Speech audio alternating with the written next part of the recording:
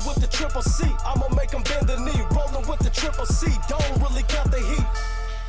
Guys, so UFC 281 Madison Square Garden was one of the best cards in UFC history. I mean, we had some mega blockbusters, and a lot of it we want to give credit to those contenders, because the contenders were the ones that eventually got all the belts this time around. But I would like to break it down to the main event: Israel Adesanya versus Alex Pereira.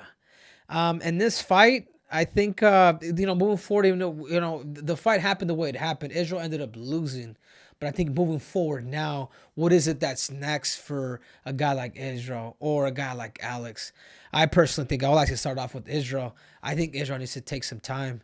I think he's been through some wars. He's fought. He's been pretty consecutive with everything that he's done. But I also think he needs to really go back, allow his body to heal, especially after being kicked and being, taking a bunch of blows to the head, to just take some time, maybe take 6 months, maybe take a year off, man. Let's make your comeback memorable. If I was in Israel's positions, I would just kind of take the back seat, and maybe, because he is 0-3 against a guy, and if Alex beats him again, dude, he's almost snatching Israel's legacy from kickboxing to the sport of mixed martial arts. But that being said, I think there's times where we gotta just swallow our pride, swallow our ego, take some time, go out on the beach, enjoy your girlfriend, go to Mexico, or obviously you got the Tahiti Islands who are nearby, and just enjoy yourself. Allow your body to heal, get better, work on those areas of wrestling, which I did see a little bit of that off balance that you're doing to Alex, how you're able to get him off balance. But there's little tricks and trades that I think if Israel was to really come out to America and learn from like good American wrestling, that it could take his career to a whole nother level. Because you need to add to whatever gym you're going to, because I'm still not seeing it. So that being said, there's still room for Israel to grow, and I would take this time to get better. I would let, personally, Alex take the fight against Robert Whittaker, the Reaper. I think that fight is I think that fight's a good fight. I think that fight's a good fight for both of them. I do believe that Robert Whittaker is the biggest threat for any of those 185 pounders other than Israel. Israel tends to be his kryptonite, but I can see Robert Whittaker challenging Alex in a very competitive way. His distance game, the fact that he can, the fact that he'll blitz, and he'll probably look for takedowns. And you never know. He may be easier to take down than Israel Adesanya, because we have to keep in mind too with Alex. Alex was on bottom for like 3.5 minutes with Israel. Israel couldn't submit him or couldn't really control anything up top. I mean, he was, but there is an opportunity where if it was a wrestler would have the opportunity to get up. But in Alex's position, it's I saw a big hole. Yeah, you can be a world champ, but there could still be holes in your games where somebody can literally dissect you and find a way to beat you. You see, I think Israel should just step aside, give it to Robert Whittaker, maybe let Alex go through a war, and maybe come back and catch the winner. I like that idea better, personally. You see, and then obviously for Alex said he'll fight anybody, anytime, anywhere. I don't think Alex cares. Alex is here to make money. He's not here to dodge anybody. So I think the Robert Whittaker fights makes complete sense. I think for not just for me, but for all the fans. And I think you do it in Australia. I think you do it in Melbourne. I think you sell that whole damn place out, because it'll be huge. And if somehow Robert Whittaker does get that victory, it just opens it up, and it makes it easier for a guy like Israel Adesanya. The co-main event, Zhang Weili versus Carla Esparza. With this fight, it was all Weili.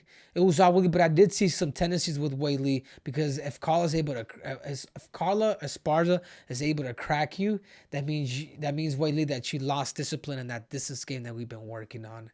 I thought she looked so much better against Joanna. But that being said, you did get the submission and you did beat her. And this just comes from me as a friend. I think the best matchup for her is, I think the more dangerous fighter for Zhang Weili, I think, is Amanda Lemos. Amanda could crack because she's explosive, and I think her and Weili would be an explosive fight. But I think the better fight for Zhang Weili after this fight was maybe getting that trilogy with Rose Namajunas. I believe it was a split decision when she lost to Rose or whatever that may happen. But I think she needs to get that one back.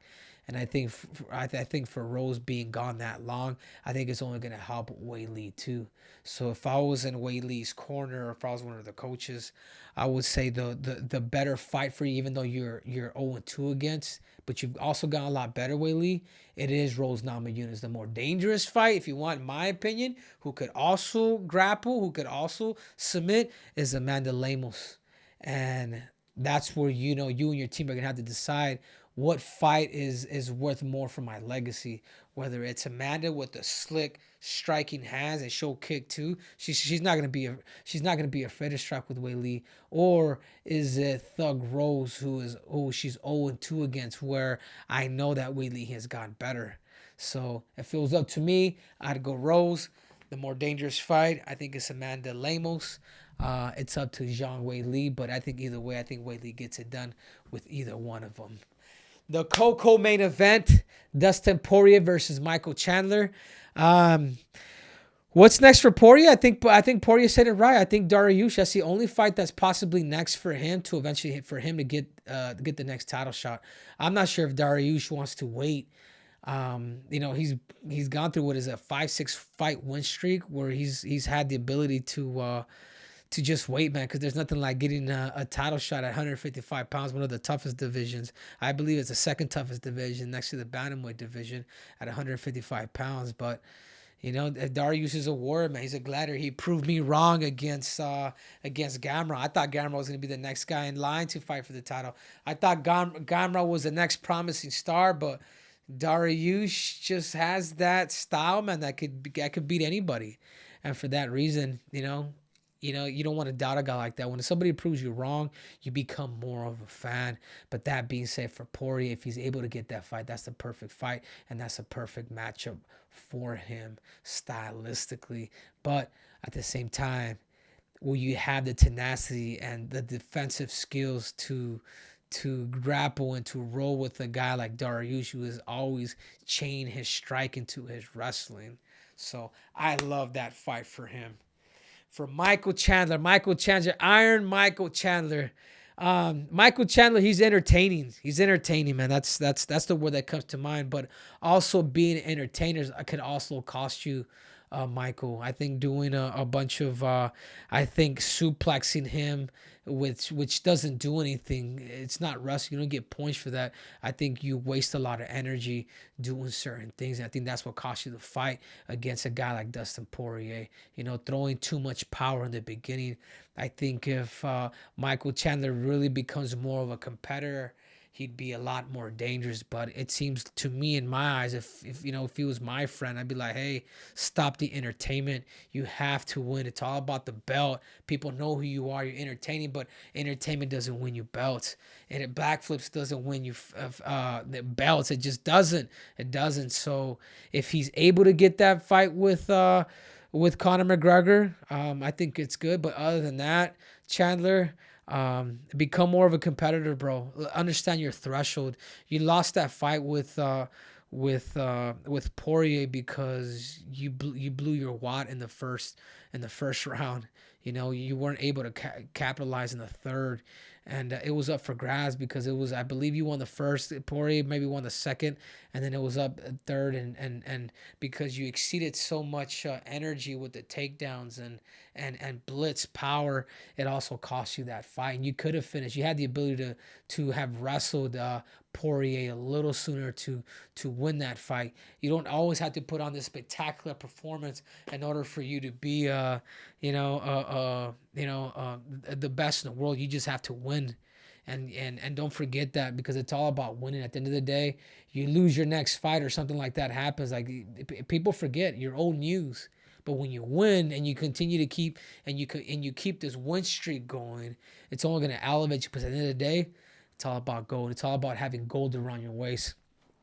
So that being said, for Michael Chandler, there's two things. If you get Conor McGregor, congratulations. That'd be a great fight.